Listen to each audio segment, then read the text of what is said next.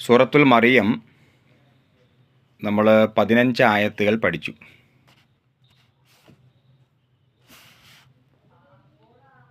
നമുക്ക് ഇൻഷാ അല്ലാഹ് 16-ാമത്തെ ആയത്ത് മുതൽ പഠിക്കാൻ ശ്രമിക്കാം. യഹ്യ അലൈഹിസ്സലാം അദ്ദേഹത്തിൻ്റെ ജനനം, നമ്മൾ അതേക്കുറിച്ചാണ് അവസാനമായിട്ട് പഠിച്ചത് അല്ലേ?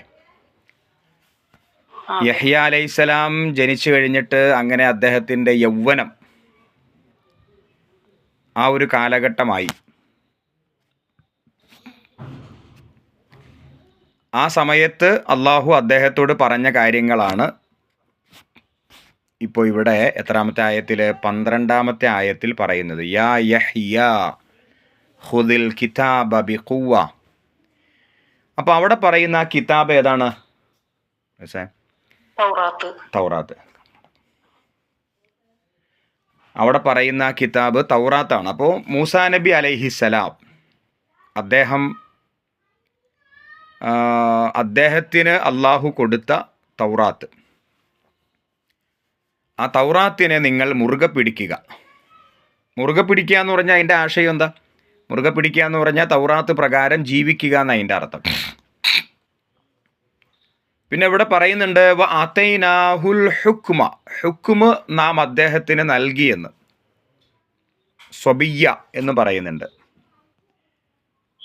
അവിടെ ഹുക്മ്, ഈ സ്വബിയ്യ എന്ന് പറഞ്ഞാൽ കുട്ടിക്കാലത്ത് തന്നെ, ചെറിയ പ്രായത്തിൽ തന്നെ നാം അദ്ദേഹത്തിന് ഹുക്മ് നൽകിയിരുന്നു എന്ന് പറയുന്നുണ്ട്. അപ്പം അവിടെ എന്താണ് ഈ ഹുക്മ് കൊണ്ട് ഉദ്ദേശിക്കുന്നത്? തീരുമാനമെടുക്കാനുള്ള കഴിവ്. അതെ, തീരുമാനമെടുക്കാനുള്ള കഴിവ്. പിന്നെ സത്യാസത്യ വിവേചനങ്ങൾ അങ്ങനെയൊക്കെ പറയാം. അതെ, അതുപോലെ തന്നെ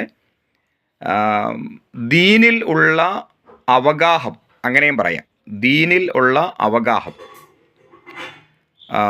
പിന്നെ പ്രശ്നങ്ങളിൽ ശരിയായ വീക്ഷണത്തിൽ എത്തിച്ചേരാനുള്ള യോഗ്യത.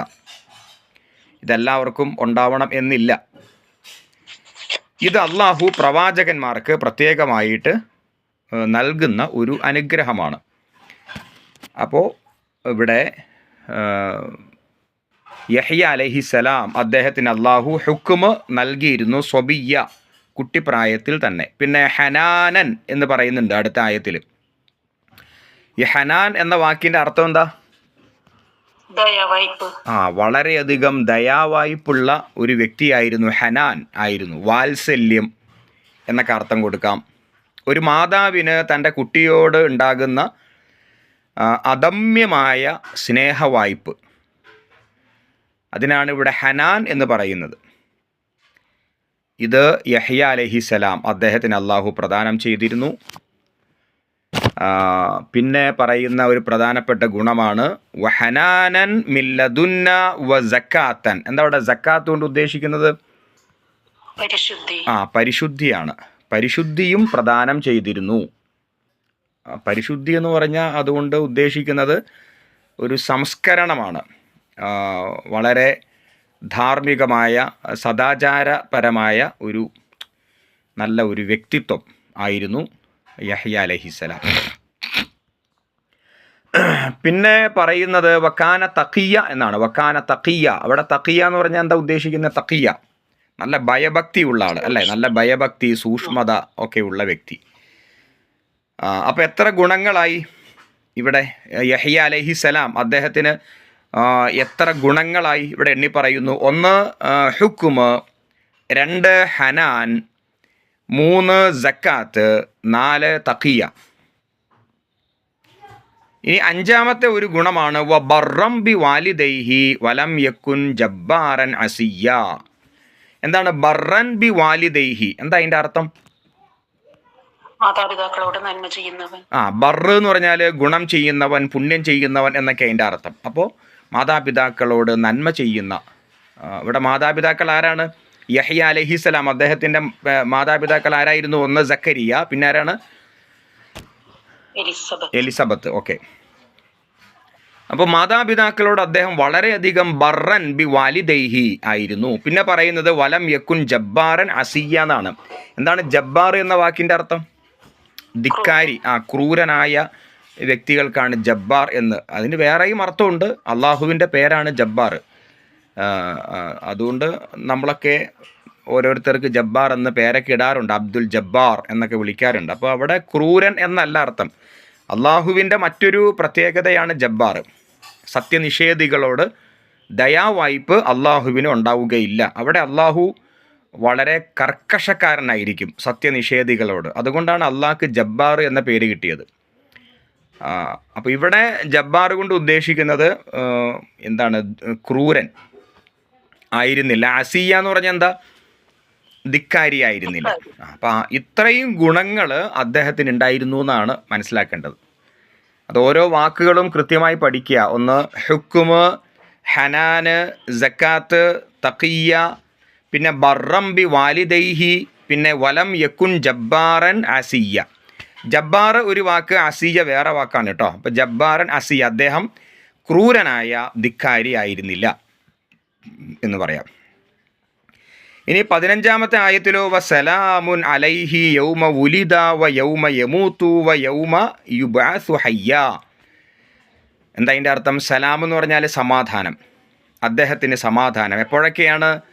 അദ്ദേഹം ജനിച്ച ദിവസം, യൗമ വുലിദ വ യൗമ യമൂതു, അദ്ദേഹം മരിക്കുന്ന ദിവസവും, വ യൗമ യുബഅസു ഹയ്യ, അദ്ദേഹം ഉയർത്തെഴുന്നേൽപ്പിക്കപ്പെടുന്ന ദിവസവും അദ്ദേഹത്തിന് സമാധാനം.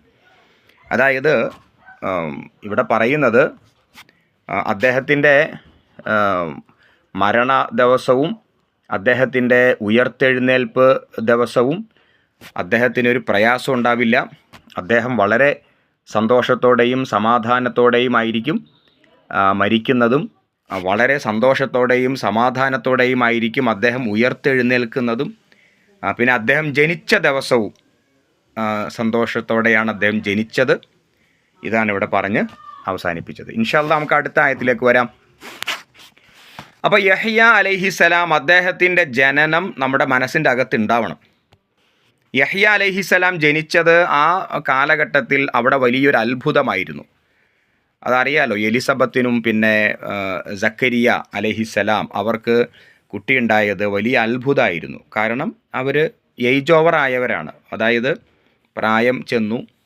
പിന്നെ എലിസബത്ത് ആണെങ്കിൽ വന്ധ്യയാണ്, ഒരിക്കലും കുട്ടി ഉണ്ടാവുകയില്ല.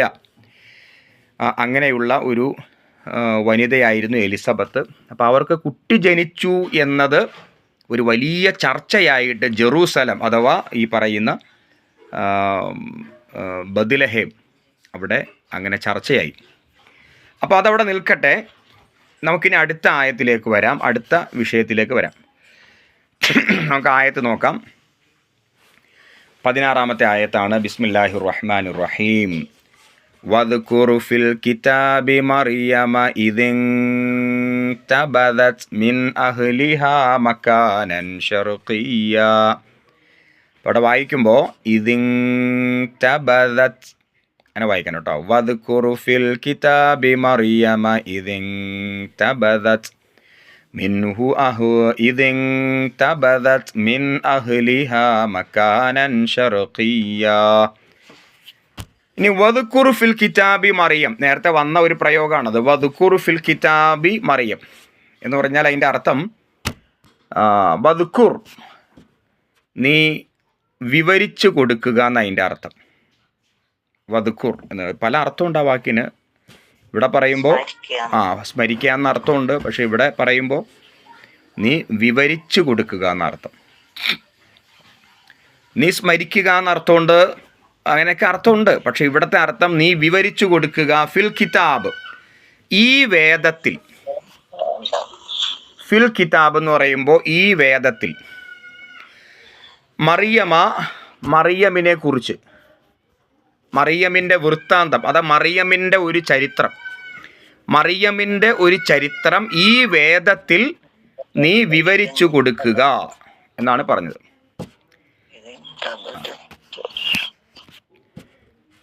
പിന്നെ അവിടെ വന്നിരിക്കുന്നൊരു വാക്കാണ്, ഏതാണ്? ഇദിൻതബദത്. ഇത് എന്ന വാക്ക് വേറെയാണ്. ഇത് എന്ന് പറഞ്ഞാൽ സന്ദർഭം എന്നർത്ഥം. സന്ദർഭം. ഇത്. ഇൻ തബദത് ക്ലോസ് ചെയ്യും. ഇൻ തബദത് എന്ന് പറഞ്ഞാൽ അകന്ന് താമസിച്ചു. അകന്ന് താമസിച്ചു. ഇതിൻ തബദത്. ഇൻ തബദത്ത് എന്ന് പറഞ്ഞാൽ ഇങ്ങനെ അകന്ന് താമസിക്കുക എന്നാണ്. അതായത് ജനങ്ങളിൽ നിന്നൊക്കെ അകന്ന് ഒറ്റപ്പെട്ട് താമസിക്കുക. അവൾ അകന്ന് താമസിച്ചു. ഇത് എന്ന് പറഞ്ഞാൽ സന്ദർഭം. അപ്പോൾ അവൾ അകന്ന് ജനങ്ങളിൽ നിന്നൊക്കെ അകന്ന് താമസിച്ച സന്ദർഭം. മിൻ അഹ്ലിഹ എന്ന് പറയുന്നുണ്ട് ഇവിടെ. മിൻ അഹ്ലിഹ എന്ന് പറഞ്ഞാൽ അവളുടെ കുടുംബക്കാരിൽ നിന്നും. അവളുടെ കുടുംബക്കാരിൽ നിന്നും അവൾ അകന്ന് താമസിച്ചു. മക്കാനൻ. മക്കാൻ എന്ന് പറഞ്ഞാൽ ഒരു സ്ഥലം എന്നാ, ഒരു സ്ഥലം.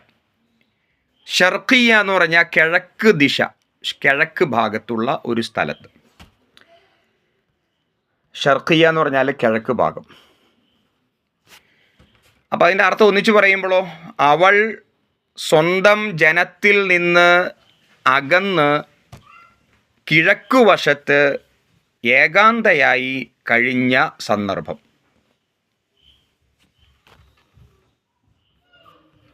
ഏകാന്തയായി കഴിഞ്ഞ സന്ദർഭം. അടുത്ത ആയത്തോട് നോക്കാം, എന്നിട്ട് ചർച്ച ചെയ്യാം. ഫത്തഖദത് മിൻ ദൂനിഹിം ഹിജാബൻ ഫഅർസൽനാ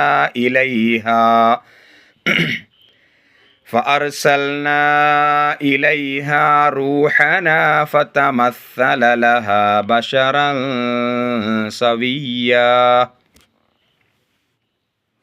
ഫത്തഖദത്, ഇത്തഖദ അവൾ ഉണ്ടാക്കി എന്നർത്ഥം. ഇത്തഖദ എന്ന് പറഞ്ഞാൽ ഉണ്ടാക്കി. മിൻ ദൂനിഹിം അവരെ വിട്ട്, അവരെ കൂടാതെ. മിൻ ദൂനിഹിം എന്ന് പറയുമ്പോൾ അവരെ കൂടാതെ. ഹിജാബൻ, ഹിജാബ് എന്ന് പറഞ്ഞാൽ ഒരു മറ. ഹിജാബ് എന്ന് പറഞ്ഞാൽ മറ. ഫഅർസൽന അപ്പോൾ നാം അയച്ചു. അർസല എന്ന് പറഞ്ഞാൽ അയച്ചു. അപ്പോൾ നാം അയച്ചു. ഇലൈഹ അവളിലേക്ക്. ഇലൈഹ അവളിലേക്ക്. റൂഹന നമ്മുടെ ആത്മാവിനെ. റൂഹന നമ്മുടെ ആത്മാവിനെ. ഫതമസ്സല, തമസ്സല എന്ന് പറഞ്ഞാൽ പ്രത്യക്ഷപ്പെട്ടു. തമസ്സല പ്രത്യക്ഷപ്പെട്ടു. ലഹ അവളുടെ മുമ്പിൽ. ബഷറൻ, ബഷർ എന്ന് പറഞ്ഞാൽ ഒരു മനുഷ്യനായിട്ട്, മനുഷ്യൻ. സവിയ്യ ശരിയായ. ഓരോ വാക്കിൻ്റെ അർത്ഥം ഒന്നുകൂടി പറയാം. ഫത്തഖദത് അവൾ ഉണ്ടാക്കി. മിൻ ദൂനിഹിം അവരെ വിട്ട്. ഹിജാബൻ ഒരു മറയുണ്ടാക്കി. അപ്പം എന്താ നോക്കുക, അതിൻ്റെ അർത്ഥം ഒന്നിച്ച് പറയാം. അവൾ ഒരു മറയിട്ട് അതിൽ മറഞ്ഞ് ഇരിക്കുകയായിരുന്നു. അപ്പോൾ നമ്മൾ നേരത്തെ പഠിച്ചിട്ടുണ്ടാവും, മറിയം ബീവി റളിയല്ലാഹു അൻഹ ജനിച്ചപ്പോൾ അവളുടെ മാതാവ് ഹന്ന ബീവി ഒരു നേർച്ച നേർന്നിരുന്നു. എന്തായിരുന്നു നേർച്ച? നേർച്ച എന്തായിരുന്നു? നിങ്ങൾക്ക് അറിയായിരിക്കും അല്ലേ? നേർച്ച എന്തായിരുന്നു?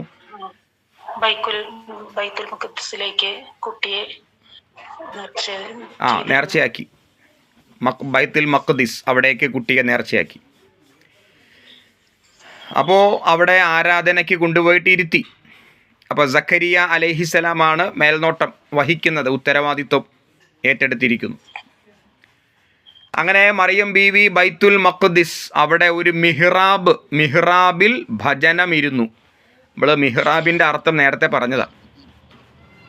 മിഹ്റാബിന് 2 അർത്ഥങ്ങളുണ്ട്. ഒന്നാമത്തെ അർത്ഥം പള്ളിയിലൊക്കെ ഇമാമ് നിൽക്കുന്ന സ്ഥലത്തിന് മിഹ്റാബ് എന്ന് പറയും. പിന്നെയോ ഇവിടെ ഉദ്ദേശിക്കുന്ന മിഹ്റാബ് അപ്പോൾ ഏതാ? അങ്ങനെ താമസിക്കാനുള്ള ഒരു റൂം. പള്ളി പരിപാലകര്, പരിചാരകര് അവർക്ക് താമസിക്കാനായിട്ട് പ്രത്യേകമായി സംവിധാനിച്ചു വച്ചിട്ടുള്ള ഒരു റൂമിനാണ് ഇവിടെ എന്ത് പറയുന്നത്? മിഹ്റാബ്. അപ്പോൾ മറിയം ബീവി റളിയല്ലാഹു അൻഹ അങ്ങനെ ആ മിഹ്റാബിൽ ഭജനമിരുന്നു.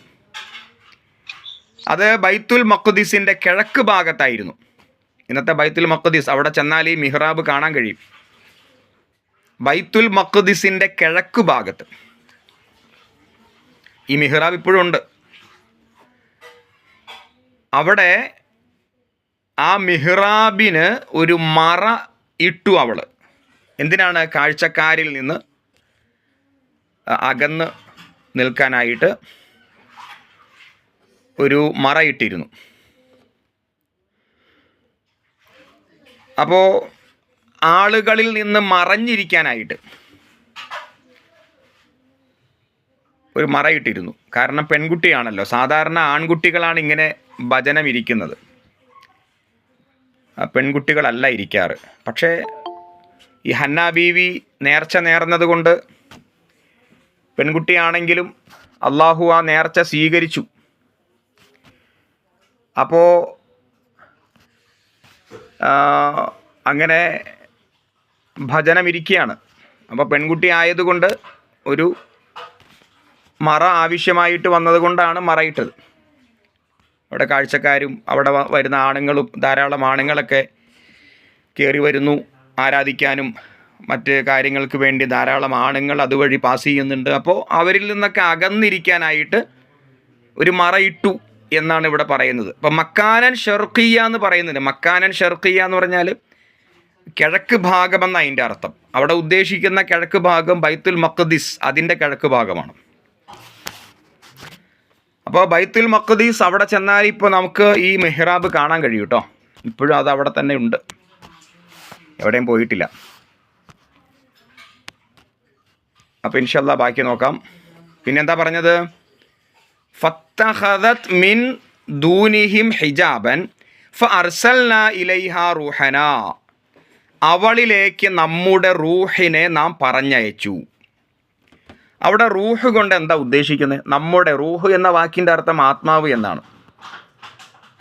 അപ്പോൾ അവിടെ റൂഹ് കൊണ്ട് എന്താ ഉദ്ദേശിക്കുന്നത്? നമ്മുടെ റൂഹിനെ പറഞ്ഞയച്ചു എന്നാണ് അള്ളാഹ് പറഞ്ഞിരിക്കുന്നത്. ആ നമ്മുടെ റൂഹ് അവിടെ ആരാണ്? ജിബ്രീൽ അലൈഹിസ്സലാം എന്ന മലക്കാണ്. ജിബ്രീൽ അലൈഹിസ്സലാം എന്ന മലക്കിനെ റൂഹ് എന്ന് വിളിച്ച മറ്റൊരായത്ത് നിങ്ങൾക്ക് ആർക്കെങ്കിലും അറിയുമോ? നമ്മൾ ഖദറിലുണ്ട്. ഏതാണ് ആയത്ത്? തനസ്സലുൽ മലായികത്തു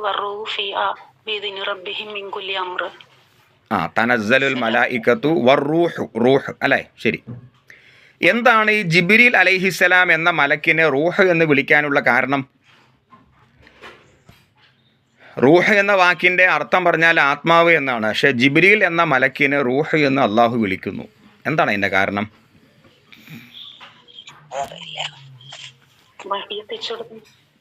മലക്കുകളുടെ നേതാവായതുകൊണ്ടാണ്.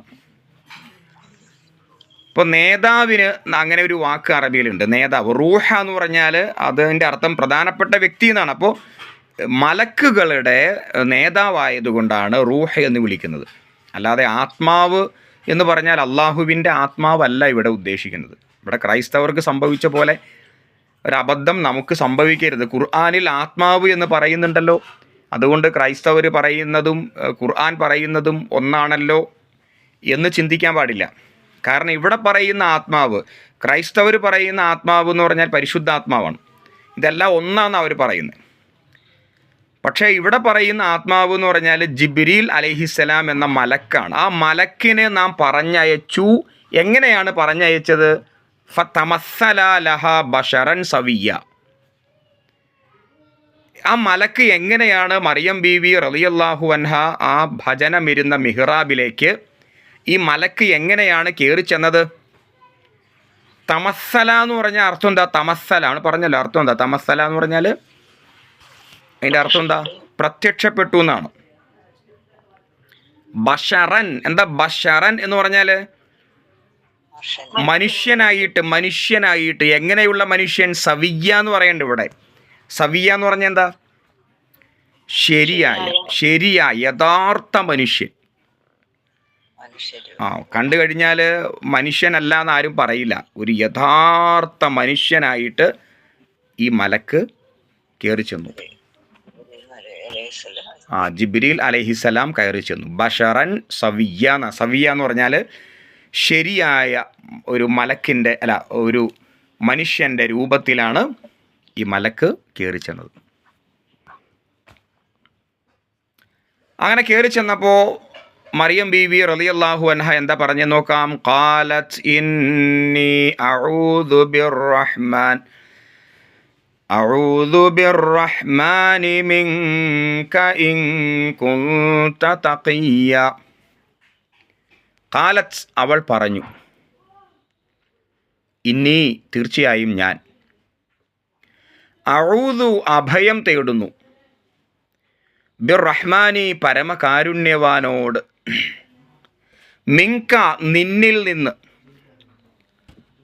അപ്പോൾ കയറി വന്നപ്പോൾ ആകെ പേടിച്ചു പോയി. ഒരു മനുഷ്യനാണ് കയറി വന്നത്, അതും ഭജനമിരിക്കുന്ന ഭജനഗൃഹത്തിലേക്ക് ഒരു പച്ചയായ ഒരു മനുഷ്യൻ കയറി വന്നപ്പോൾ മറിയം ബേബി വല്ലാതെ പേടിച്ചു പോയി.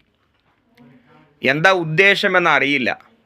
അപ്പോൾ മറിയം ബീവിക്ക് ആകെ ചെയ്യാനുള്ള ഒരു പണി എന്ന് പറഞ്ഞാൽ അള്ളാഹുവിൽ അഭയം തേടല്ല. മറിയം ബീവി ആ സമയത്ത് പ്രാർത്ഥിക്കുന്നു, ഖാലത്ത് ഇന്നി അഊദു ബിർറഹ്മാൻ, പരമകാരുണ്യവാനോട് ഞാൻ ഇത് അഭയം തേടിയിരിക്കുന്നു, മിങ്ക നിന്നിൽ നിന്ന്, ഇൻ കുൻത തഖിയ നീ ആണെങ്കിൽ, ഇൻ കുൻത എന്ന് പറഞ്ഞാൽ നീ ആണെങ്കിൽ, തഖിയ എന്ന് പറഞ്ഞാൽ സൂക്ഷ്മതയുള്ളവൻ. നീ സൂക്ഷ്മതയുള്ളവനാണെങ്കിൽ, ഈ സൂക്ഷ്മതയുള്ളവനാണെങ്കിൽ എന്ന് പറഞ്ഞാൽ അതിൻ്റെ അർത്ഥം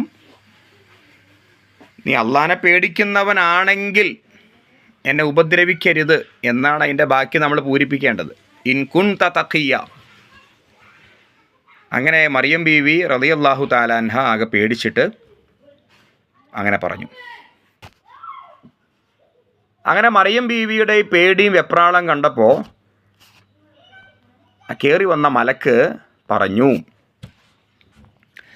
ഖാല ഇന്നമാ അന റസൂലു റബ്ബിക ലി അഹബ ലകി ഗുലാമൻ സക്കിയ.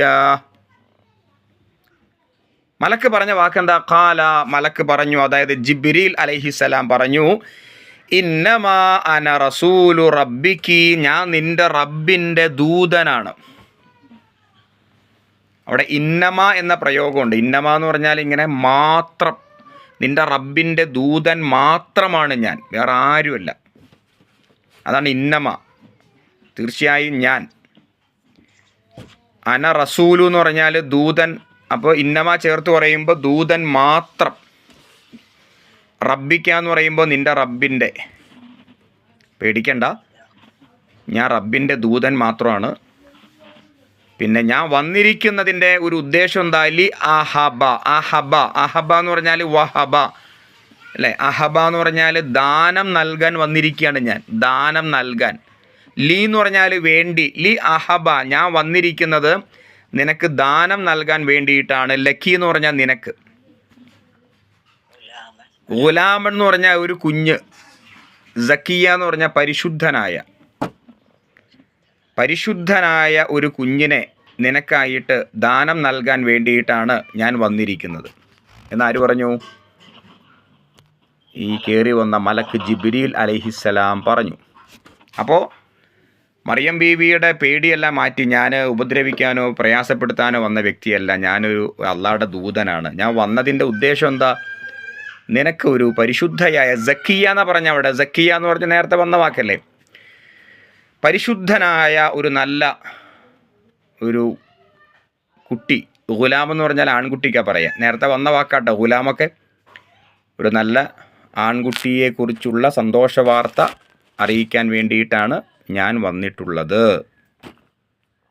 എന്ന് പറയുന്നു. ഇത് കേട്ടപ്പോൾ മറിയം ബീവി തിരിച്ചെന്തായിരിക്കും പറയുക നമുക്കറിയാലോ. അടുത്തായി തൂക്കുകയും قالت أنى يكون لي غلام ولم يمسسني بشر ولم أك بغيا. എന്താ പറഞ്ഞത്? ഖാലത്ത്, അവൾ പറഞ്ഞു, അന്ന യകൂനുലി ഗുലാം. ഈ വാക്ക് നേരത്തെ വന്നതാണല്ലോ. ആരാ പറഞ്ഞത്? സക്കരിയ നബി. അതെ, സക്കരിയ നബി അലൈഹിസ്സലാം എപ്പോഴാ പറഞ്ഞത്? കുട്ടി ഉണ്ടാവാൻ പോകുന്നു. ആ, എവിടെ വെച്ച്? അദ്ദേഹം മിഹ്റാബിൽ വച്ച് പ്രാർത്ഥിച്ചു കൊണ്ടിരിക്കാലെ മലക്ക് ജിബ്രീൽ അലൈഹിസ്സലാം ഇതേപോലെ വന്നു. ഇതേപോലെ വന്നിട്ട് മിഹ്റാബിൽ വച്ച് അദ്ദേഹത്തോട് പറഞ്ഞു, നിനക്കൊരു കുട്ടി ഉണ്ടാകാൻ പോവുകയാണ്. ആ വാർത്ത കേട്ടപ്പോൾ സക്കരിയ അലൈഹിസ്സലാം അമ്പരപ്പോടെ പറഞ്ഞൊരു വാക്കാണ് അന്ന യകൂനുലി ഗുലാം. എത്രാമത്തെ ആയത്താണത്? ഓർമ്മയുണ്ടോ? അന്ന യകൂനുലി ഗുലാം എത്രാമത്തെ ആയത്താണ്? സൂറത്ത് മറിയമില്ലേ? എനിക്കെങ്ങനെയാണ് കുട്ടി ഉണ്ടാവുക? സക്കരിയ പറഞ്ഞു. ഏതാണ് ആയത്ത്? എത്രാമത്തെ ആയത്താണ്? എട്ടാമത്തെ ആയത്ത്. ശരി. വലം യംസസ്, ഇവിടെ ഇപ്പം മറിയം ഇതേ വാക്ക പറയുന്നത്, എനിക്ക് അങ്ങനെ കുട്ടി ഉണ്ടാകും. വലം യംസസിനി, എന്നെ തൊട്ടിട്ട് വരെയില്ല. മസ്സ യമുസു എന്ന് പറഞ്ഞാൽ തൊട്ടു എന്നർത്ഥം. വലം യംസസ്നി, എന്നെ തൊട്ടിട്ടില്ല. ബഷറുൻ, ഒരു മനുഷ്യൻ, ഒരാണ് എന്നെ സ്പർശിച്ചിട്ടില്ല ഇന്നേ വരെ. ഞാൻ അത്രയ്ക്ക് പരിശുദ്ധയാണ്. പിന്നെ എങ്ങനെ കുട്ടി ഉണ്ടാകും? പ്രകൃതിപരമായിട്ട് കുട്ടി ഉണ്ടാകുന്ന ഒരു രൂപമുണ്ട്. ആ പ്രക്രിയ നടക്കാതെ എനിക്ക് എങ്ങനെ കുട്ടി ഉണ്ടാകും? അതാണ് ഈ ഡൗട്ട് ഇവിടെ തിരിച്ചങ്ങോട്ട് ചോദിക്കുക. വലം യംസസിനി ബഷർ. പിന്നെ പറഞ്ഞു വലം അക്കു ബഗിയ. ബഗിയ എന്ന് പറഞ്ഞാൽ ഈ മോശമായിട്ട് ജീവിക്കുന്ന ഒരു പെണ്ണിനാണ് അങ്ങനെ. ഞാൻ അതിനെന്താ എൻ്റെ മലയാളം പറയുമ്പോൾ ദുർനടപ്പുകാരി. വലം അക്കു, ഞാൻ അല്ല. ബഗിയ, ബഗിയ എന്ന് പറഞ്ഞാൽ നടപടി, ഇങ്ങനെ മോശമായ പ്രവൃത്തികളൊക്കെ ചെയ്ത് നടക്കുന്ന ഒരു സ്ത്രീ അല്ല ഞാൻ. പിന്നെ എനിക്ക് എങ്ങനെയാണ് കുട്ടി ഉണ്ടാവുക? അപ്പോൾ സ്വാഭാവികമായ സംശയമാണ് ഇവിടെ മറിയം ചോദിച്ചത്. നിനക്കൊരു കുട്ടി ജനിക്കാൻ പോകുന്നു എന്ന് ഈ മലക്ക് വന്ന് പറഞ്ഞപ്പോൾ സ്വാഭാവികമായിട്ട് സംശയം ഉണ്ടാകും. എങ്ങനെ?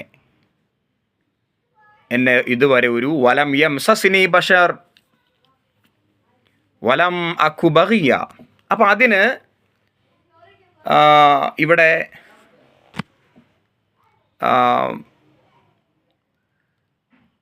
അള്ളാഹു കൊടുത്ത ഉത്തരം ആണ് അടുത്ത ആയത്ത്.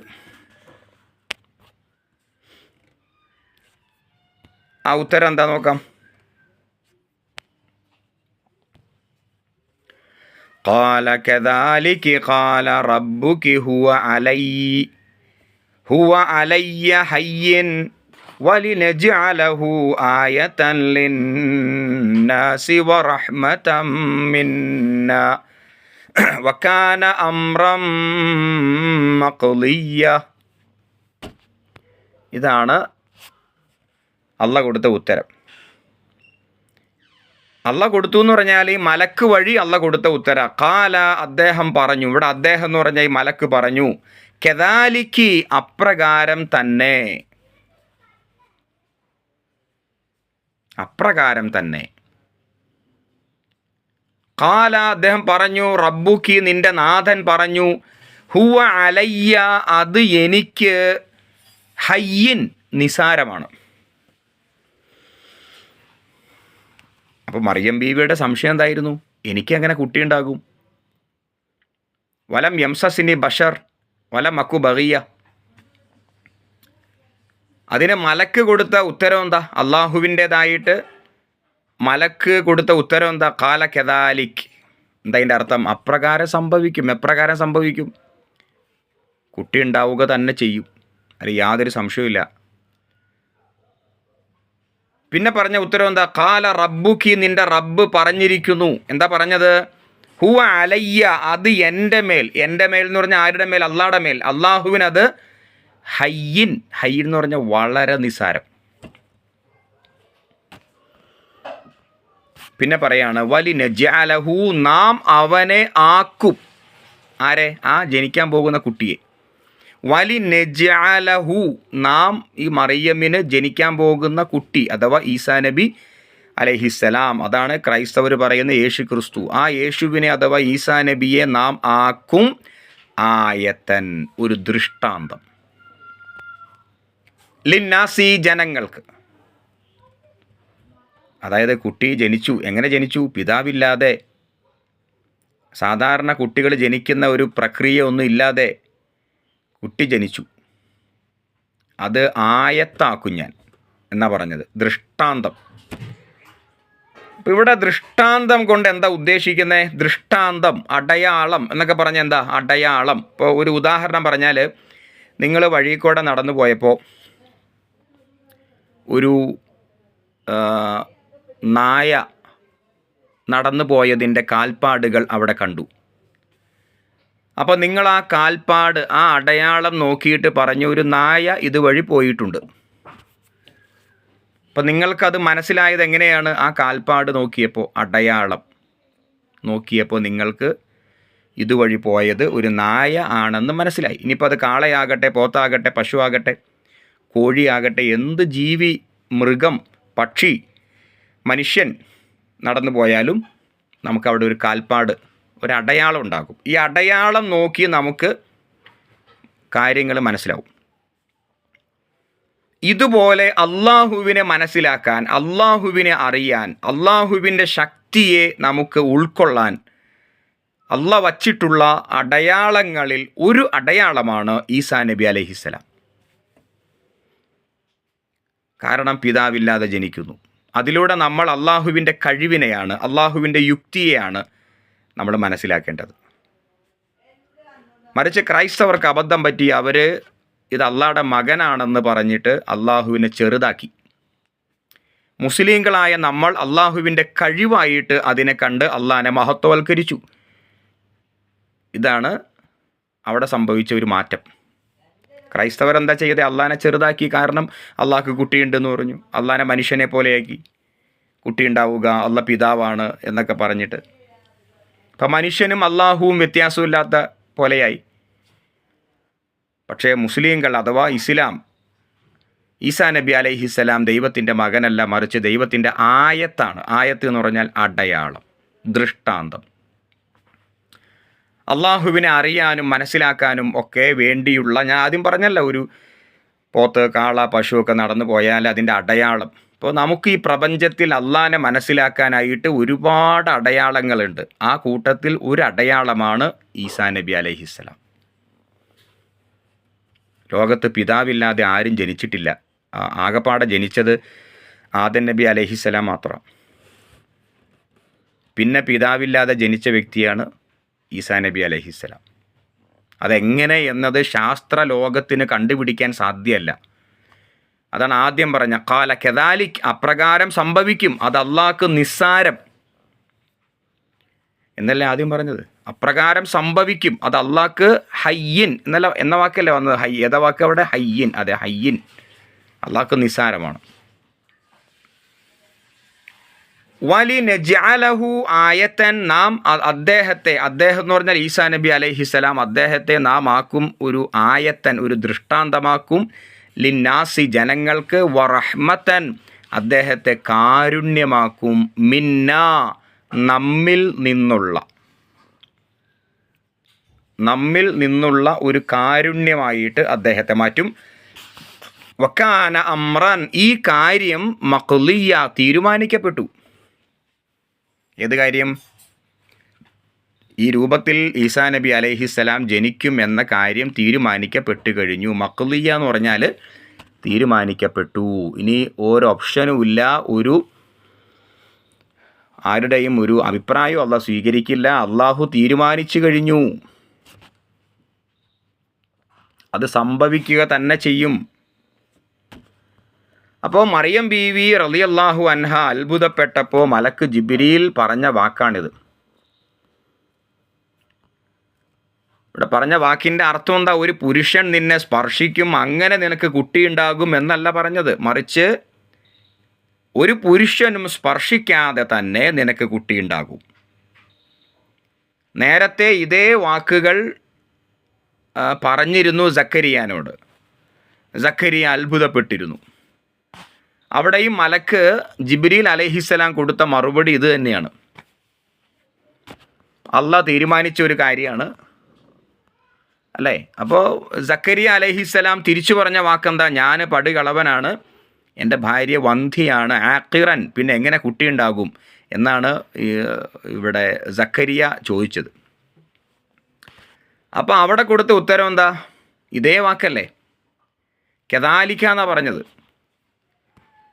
അങ്ങനെ തീരുമാനിച്ചു കഴിഞ്ഞു പടച്ചവൻ, അതുകൊണ്ട് എലിസബത്ത് പ്രസവിക്കുമെന്നാണ് പറഞ്ഞത്.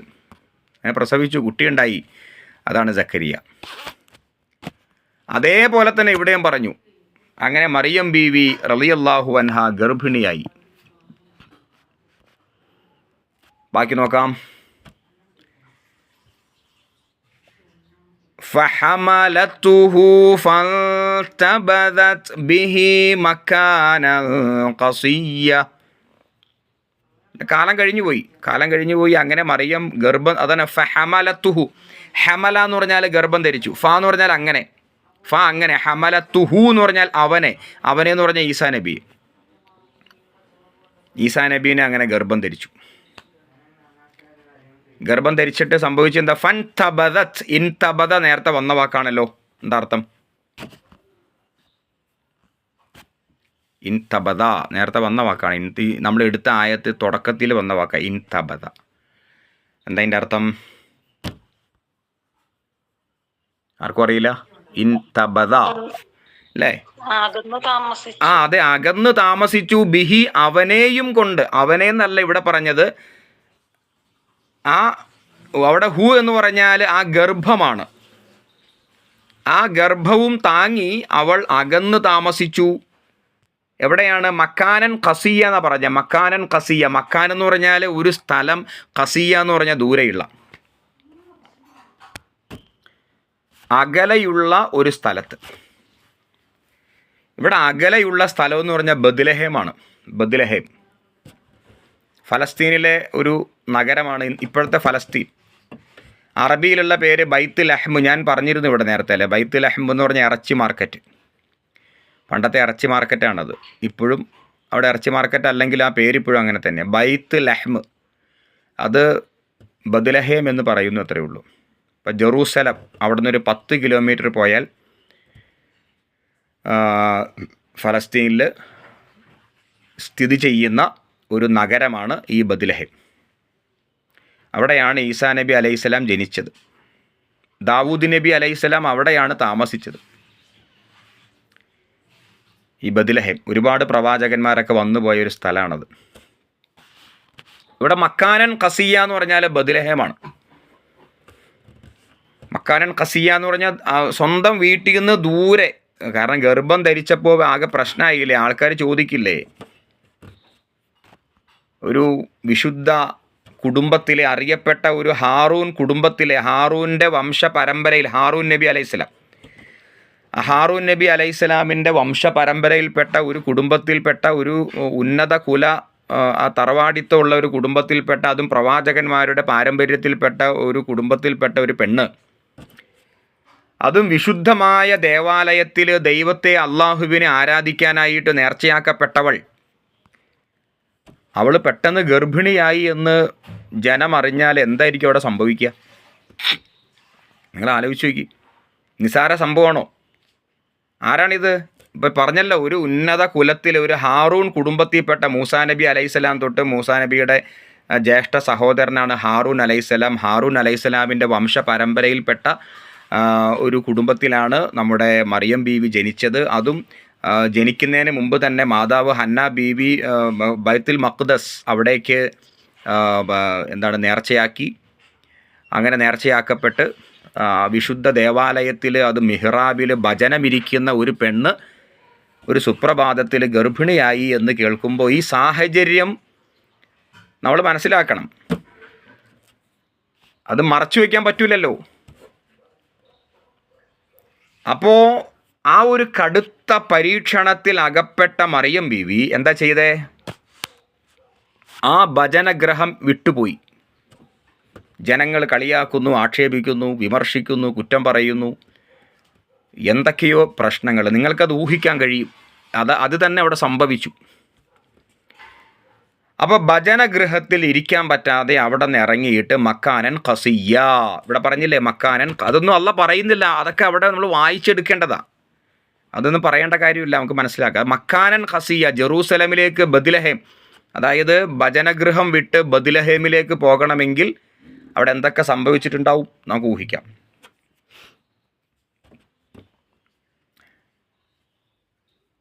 ഇനി ബാക്കി നമുക്ക് എന്താ നോക്കാം. അപ്പോൾ സ്വന്തം വീട്, കാരണം ഈ ഹന്ന ബീവിയുടെ വീട്ടിലേക്ക് തിരിച്ചു പോകാൻ പറ്റില്ല, പോയി കഴിഞ്ഞാൽ ജനം കളിയാക്കും. അപ്പോൾ മാതാവിനും പിതാവിനും സ്വീകരിക്കാൻ പറ്റില്ല. പിന്നെ ഭജനഗൃഹത്തിൽ ഇരിക്കാൻ പറ്റൂല, എന്താ കാരണം, ആൾക്കാർ പ്രശ്നമാണ്. അപ്പോൾ അവിടെ നിന്ന് ഇറങ്ങിയിട്ട് ഒറ്റയ്ക്ക് മക്കാനൻ ഖസിയ്യ,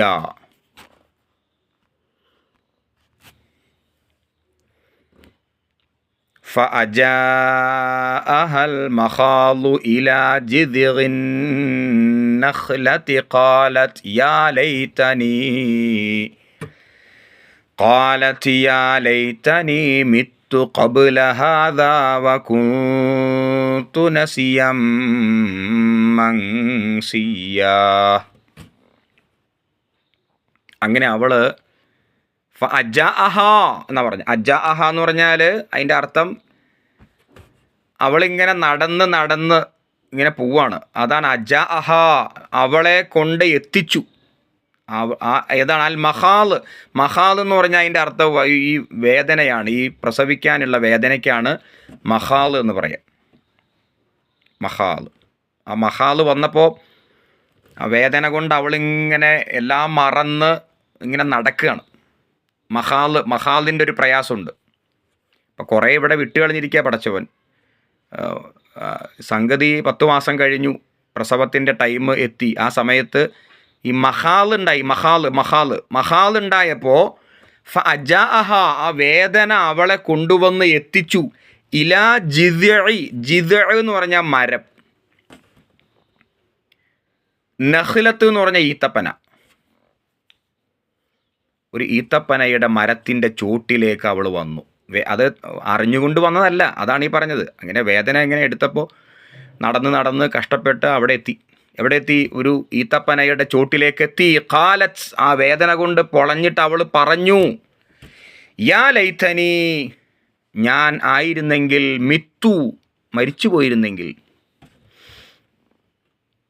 അത് സ്വാഭാവികമായ ഒരു പറച്ചില, അങ്ങനെ ആഗ്രഹിച്ചിട്ട് ഇങ്ങനെ ആത്മഹത്യ ചെയ്യാൻ വേണ്ടി പറഞ്ഞതല്ല. അത് മനുഷ്യർ സാധാരണ പറയുന്നൊരു വാക്കാണ്. വേദന കൊണ്ട് പൊളഞ്ഞപ്പോൾ ഖാലത്ത് യാ ലൈതനി മിത്തു, മിത്തു എന്ന് പറഞ്ഞാൽ ഞാനൊന്ന് മരിച്ചു പോയിരുന്നെങ്കിൽ, ഖബുല, മുമ്പ്, ഹാദാ, ഇതിൻ്റെ, ഈ പ്രസവിക്കുന്നതിന് മുമ്പ് തന്നെ അങ്ങോട്ട് മരിച്ചു പോകായിരുന്നു. അതിൻ്റെ കാരണമുണ്ടോ നിങ്ങൾക്കറിയാം. ഒരു പെണ്ണ് 10 മാസം ആക്ഷേപങ്ങൾ സഹിച്ചു,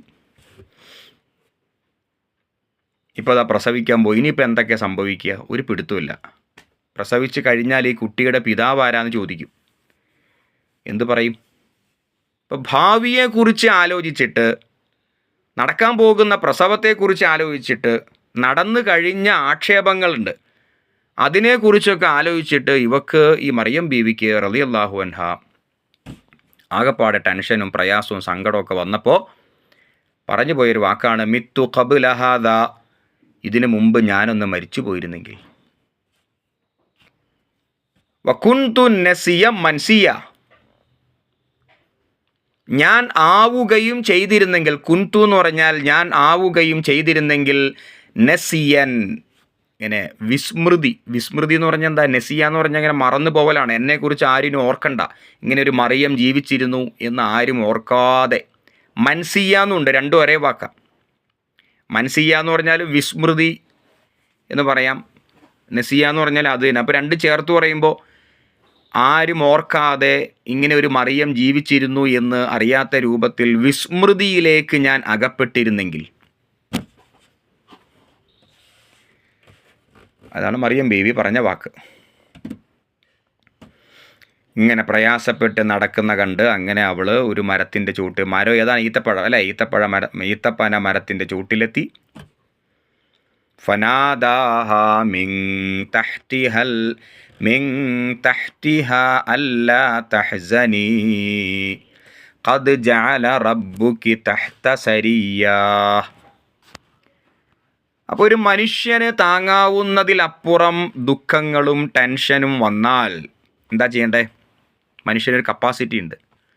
ആ കപ്പാസിറ്റിക്ക് അപ്പുറത്തേക്ക് ദുഃഖം വന്നാൽ അവൻ പിന്നെ ഒരു പക്ഷേ ബോധം കെട്ട് വീഴും, അല്ലെങ്കിൽ എന്തെങ്കിലുമൊക്കെ സംഭവിക്കും. മനുഷ്യനൊരു കപ്പാസിറ്റി ഉണ്ട്. ആ കപ്പാസിറ്റിക്ക് അപ്പുറത്തേക്ക് ഈ ടെൻഷൻ വരാൻ പാടില്ല. ആ കപ്പാസിറ്റിക്ക് അപ്പുറത്തേക്ക് ദുഃഖങ്ങൾ ഉണ്ടാകാൻ പാടില്ല. അങ്ങനെ ദുഃഖങ്ങൾ ഉണ്ടാകും. മനുഷ്യൻ്റെ ജീവിതം അങ്ങനെയാണ്. ദുഃഖങ്ങൾ വരുമ്പോൾ നമ്മൾ എന്താ ചെയ്യണ്ടേ? അവിടെയാണ് പടച്ചവൻ, അവിടെയാണ് പ്രാർത്ഥനകൾ, അവിടെയാണ് അള്ളാഹുവിലുള്ള വിശ്വാസം. അത് നമ്മുടെ ദുഃഖത്തെ അവിടെ മാനേജ് ചെയ്യപ്പെടും.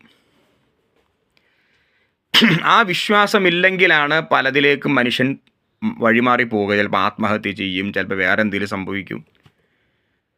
അപ്പോൾ നമുക്ക് താങ്ങാവുന്നതിൻ്റെ അപ്പുറത്തേക്ക്, ഇനിയിപ്പോൾ ഏത് ചെറിയ ദുഃഖമാണെങ്കിലും വലിയ ദുഃഖമാണെങ്കിലും അള്ളാഹുവിൻ്റെ ഒരു കൈത്താങ്ങ്, അതൊരാശ്വാസമാണ്. ചിലപ്പോൾ ഇപ്പോൾ നബി സല്ലല്ലാഹു അലൈഹി വസല്ലമ അഗാധമായിട്ട് ദുഃഖം വരുമ്പോൾ കൈകെട്ടി 2 റക്അത്ത് നമസ്കരിക്കുമായിരുന്നു. ആ നമസ്കാരത്തിലൂടെ അദ്ദേഹം ആ ദുഃഖത്തെ എന്താക്കും? അള്ളാഹുവുമായിട്ടുള്ള ആ ബന്ധത്തിലൂടെ ആ ദുഃഖത്തെ അദ്ദേഹം മാനേജ് ചെയ്യും. ഇവിടെ മറിയം ബീവി റളിയല്ലാഹു അൻഹ പ്രയാസപ്പെട്ട് ഇങ്ങനെ നടക്കുകയാണ്. ആകെ എന്ത് ചെയ്യും? കാരണം ജനിക്കാൻ പോകുന്ന കുട്ടി എന്താ സംഭവം എന്നറിയില്ല. ഇനി എന്തായിരിക്കും കുട്ടി ജനിച്ചു കഴിയുമ്പോൾ ഉണ്ടാകുന്ന പുകില് എന്ന് മറിയം ബീവിക്ക് അറിയില്ല. ആകെ പ്രയാസപ്പെട്ടിരിക്കാലെ ഫനാദാഹ, അപ്പോൾ അവൻ അവളെ വിളിച്ചു. ആര് വിളിച്ചു? അള്ളാഹ് അവളെ വിളിച്ചു. കാരണം അപ്പം ആ അള്ളാഹുടെ കൈത്താങ്ങ് അവിടെ ആവശ്യമുണ്ട്. അപ്പം അള്ളാഹ് വിളിച്ചു. അള്ളാഹ് എങ്ങനെ വിളിച്ചതിന് മലക്ക് വഴിയാണോ അശരീരിയാണോ ഒന്നും നമുക്കറിയില്ല, അതിവിടെ പറയുന്നില്ല. ഫനാദാഹ, അപ്പോൾ അവൻ അവളെ വിളിച്ചു. മിൻ തഹ്തിഹ എന്ന് പറഞ്ഞ താഴ്ഭാഗത്തു നിന്ന്. സാധാരണ മോളിൽ നിന്ന് വിളിക്കാറ്, ഇത് താഴേനെ വിളിക്കുന്നത്. അതെന്താ നമുക്കറിയില്ല. അള്ളാഹ് എവിടെ ഉണ്ടല്ലോ. അള്ളാഹു താഴെ ആണ് എന്നൊന്നും പറയാൻ പറ്റില്ലല്ലോ. അള്ളാഹ് മുകളിലാണ്, അങ്ങനെ ഇല്ലല്ലോ. അള്ളാഹ് എല്ലായിടത്തും ഉണ്ടല്ലോ. അപ്പോൾ അള്ളാഹ് അവളെ താഴ്ഭാഗത്ത് നിന്ന് വിളിച്ചു. അല്ലാ തഹ്സനി എന്ന് പറഞ്ഞു, നീ ദുഃഖിക്കേണ്ട. അല്ലാ തഹ്സനി, നീ ദുഃഖിക്കേണ്ട എന്ന് പറഞ്ഞു. ഖദ് ജഅല റബ്ബുക്കി, നിനക്ക് ഉണ്ടാക്കി തന്നിരിക്കുന്നു. ഖദ്, തീർച്ചയായിട്ടും, ജഅല, ഉണ്ടാക്കി തന്നിരിക്കുന്നു, റബ്ബുക്കി, നിന്റെ നാഥൻ, തഹ്തക്കി, നിന്റെ താഴെ, സരിയ, ഒരു അരുവി. പെട്ടെന്ന് തന്നെ അവിടെ താഴെ ഒരു അരുവി പൊട്ടിമുളച്ചു എന്ന് വേണം മനസ്സിലാക്കാൻ, അല്ലേ? അപ്പോൾ താഴെ നിന്ന് അള്ളാഹ് വിളിച്ചു എന്നാണ് ഇവിടുത്തെ നമ്മൾ പക്ഷേ അതിൻ്റെ വ്യാഖ്യാനത്തിൽ പറയുന്നത് താഴെ നിന്ന് മലക്ക് അവളെ വിളിച്ച് പറഞ്ഞു എന്ന് തിരുത്തി വായിക്കാം. അള്ളാഹ് വിളിച്ചു എന്ന് പറഞ്ഞാൽ അപ്പോൾ ഇവൾ നിന്നത് ഒരു ഉയർന്ന ഭാഗത്തായിരിക്കും. അപ്പോൾ താഴെ നിന്ന് മലക്ക് വിളിച്ചു. അപ്പോൾ അത് അവിടെ ഒരു ഈത്തപ്പനത്തോട്ടാണ് സങ്കല്പിക്കുക, ബദ്ലഹേം, അല്ലേ? നമുക്ക് സങ്കല്പിക്കാം. ഈ ഖുർആൻ്റെ വിവരണം വെച്ചിട്ട് നോക്കുകയാണെങ്കിൽ ഇപ്പോൾ ഫലസ്തീനിൽ അവിടെ ഈ ബദ്ലഹേമിലൊരു പള്ളിയുണ്ട്, ചർച്ച് ഓഫ് നേറ്റിവിറ്റി എന്നാണ് അതിൻ്റെ പേര്. ചർച്ച് ഓഫ് നേറ്റിവിറ്റി, അതിപ്പോൾ ക്രൈസ്തവരൊക്കെ ഇരിക്കുന്നത്. അവിടെ ഈസാ നബി അലൈഹിസ്സലാം ജനിച്ച സ്ഥലം പ്രത്യേകം നക്ഷത്രം ചിഹ്നം ഇട്ടിട്ട് അടയാളപ്പെടുത്തി വച്ചിട്ടുണ്ട്. ചർച്ച് ഓഫ് നേറ്റിവിറ്റി അത് താഴെയാണ്. നമ്മൾ സ്റ്റെപ്പ് ഇങ്ങനെ ഇറങ്ങി താഴേക്ക് ചെല്ലണം. അവിടെയാണ് ഈസാ നബി അലൈഹിസ്സലാം ജനിച്ച ആ സ്ഥലം. അപ്പോൾ നമുക്ക് ഈ ഖുർആൻ പറയുന്ന കാര്യവും ശരിയാണ്. എന്ത്? താഴെ നിന്ന് റബ്ബ് വിളിച്ചു. അപ്പോൾ കുറേ താഴെയാണ്. അപ്പോൾ മുകൾ ഭാഗത്തു നിന്ന് ഇവളെ എന്ത് ചെയ്തു? മറിയം ബീവി റളിയല്ലാഹു അൻഹ താഴേക്ക് ഇറങ്ങി. അവിടെ ഒരു അരുവി ഒഴുക്കി എന്നാണ്. നിന്റെ റബ്ബ് നിനക്ക് താഴെ ഒരു അരുവി നൽകിയിരിക്കുന്നു, താഴേക്ക് വരൂ, ആ വെള്ളം കുടിക്കൂ. ഇത് ഇവിടെ മനസ്സിലാക്കേണ്ടത്, ഇവിടെ വെള്ളം കുടിക്കലല്ല ഇവിടുത്തെ ആശ്വാസം. മറിച്ച് എന്തായിരിക്കും ഇവിടുത്തെ ആശ്വാസം? ആ സമയത്ത് വെള്ളം ഒരു ആശ്വാസമാണ്. പക്ഷേ അവിടുത്തെ ഏറ്റവും വലിയ ആശ്വാസം എന്താ? റബ്ബിൻ്റെ ഒരു കൈത്താങ്ങാണ്. അള്ളാഹ് എന്നെ കൈവിട്ടിട്ടില്ല, അള്ളാഹു എൻ്റെ കൂടെയുണ്ട്. ജനം മൊത്തം എതിരാണ്, ജനം മുഴുവനും എതിരാണ്. ഒരാളും അനുകൂലിക്കുന്നില്ല.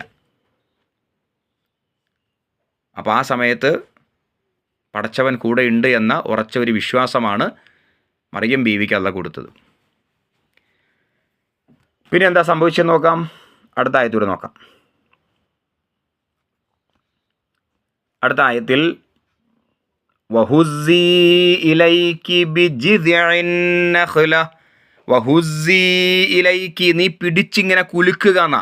ഹുസ്സി എന്ന് പറഞ്ഞാൽ ഇങ്ങനെ കുലുക്കുക എന്നർത്ഥമുണ്ട്, പിടിച്ച് കുലുക്കുക. ഇലൈക്ക് നിൻ്റെ നേരെ പിടിച്ചിങ്ങനെ കുലുക്കുക. ബിജിദ്ഇ എന്ന് പറഞ്ഞാൽ മരത്തെ, നഖ്ലത്തു എന്ന് പറഞ്ഞാൽ ഈത്തപ്പന, ആ ഈത്തപ്പന മരത്തെ നീ പിടിച്ച് കുലുക്ക്.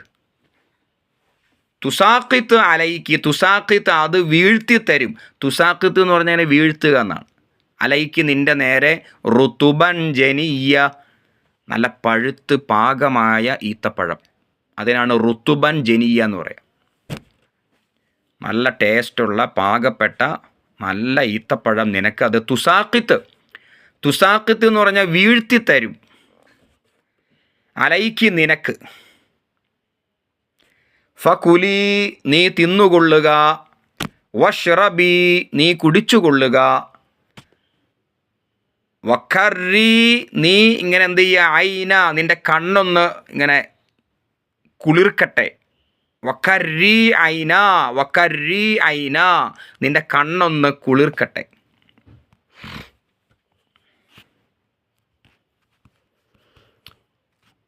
നമുക്ക് അവിടെ നിർത്താം കേട്ടോ, ബാക്കി അടുത്ത ആയത്തിൽ എടുക്കാം. അപ്പോൾ ഒരു ഈത്തപ്പഴം തോട്ടം, ഈത്തപ്പനയുടെ തോട്ടത്തിലാണ് ഈ സംഭവമൊക്കെ നടക്കുന്നത്. അന്നത്തെ ബത്ലഹേം എന്ന് പറയുന്നത് ഈത്തപ്പന തോട്ടമാണ്. അപ്പോൾ താഴെ ഒരു അരുവിയുണ്ട്, നമുക്ക് സങ്കല്പിക്കാം. അവിടെ ശുദ്ധമായ വെള്ളമുണ്ട്. അപ്പോൾ മലക്ക് വിളിച്ചു പറഞ്ഞു, അരുവിയിലേക്ക് വരൂ, ആ വെള്ളം കുടിക്കൂ. പിന്നെ ആ ഈത്തപ്പന മരം ഒന്ന് കുലുക്കി കഴിയുമ്പോൾ നല്ല പഴുത്ത് പാകപ്പെട്ട റുതുബൻ ജനിയ, അല്ലേ, റുതുബൻ ജനിയ, നിനക്ക് ഈത്തപ്പഴം തരും, അത് കഴിക്ക്, ആ വെള്ളം കുടിക്ക്, ഒന്ന് സമാധാനാവട്ടെ എന്ന് അള്ളാഹു പറഞ്ഞതായിട്ട് മലക്കറിയിച്ചു. അങ്ങനെ അവൾ എന്ത് ചെയ്തു? അപ്പോൾ ഇവിടെ പറഞ്ഞില്ലേ, ഫകുലി വഷ്റബി വഖർരി ഐന, ഫകുലി വഷ്റബി വഖർരി ഐന. കരി ഐന എന്ന് പറഞ്ഞാൽ നിൻ്റെ കണ്ണ് ഒന്ന് കുളിർക്കട്ടെ എന്നാണ് അതിൻ്റെ അർത്ഥം. ഇൻഷാ അല്ലാ. അപ്പോൾ അതവിടെ നിൽക്കട്ടെ. നമുക്ക് ഈ ചരിത്രം കുറച്ചങ്ങോട്ട് കഴിഞ്ഞാലാണ് അതിൻ്റെ ഒരു എന്തിനാണ് ഈ കഥയെല്ലാം ഇവിടെ പറഞ്ഞതെന്ന് നമുക്ക് മനസ്സിലാവുള്ളൂ. അപ്പം ഇത്രയും എടുത്തത് നിങ്ങൾക്ക് മനസ്സിലായിട്ടുണ്ടാവുമെന്ന് വിചാരിക്കുക. എല്ലാവരും ക്ലാസ് കേട്ടില്ല, എല്ലാവർക്കും മനസ്സിലായില്ലേ? ഇതിൽ ഡൗട്ട് ഉണ്ടാക്കും. ഓക്കെ, അപ്പോൾ തൽക്കാലം നമുക്ക് നിർത്താം. ഇൻഷാ അല്ലാ. പടച്ചവൻ ഖൈറാക്കട്ടെ എല്ലാ അർത്ഥത്തിലും. നല്ലപോലെ പഠിക്കാനും പഠിച്ച പോലെയൊക്കെ ജീവിക്കാനും പടച്ചവൻ തൗഫീക്ക് ചെയ്യുമാറാകട്ടെ. ഈ ചെലവഴിച്ച സമയമൊക്കെ അള്ളാഹു സ്വാലിഹായ അമലായിട്ട് സ്വീകരിക്കുമാറാകട്ടെ. നമ്മുടെയൊക്കെ ഹലാലായ നല്ല നല്ല ആവശ്യങ്ങളൊക്കെ ഉണ്ട്. ഈ ആവശ്യങ്ങളൊക്കെ അള്ളാഹു നിറവേറ്റി നൽകുമാറാകട്ടെ.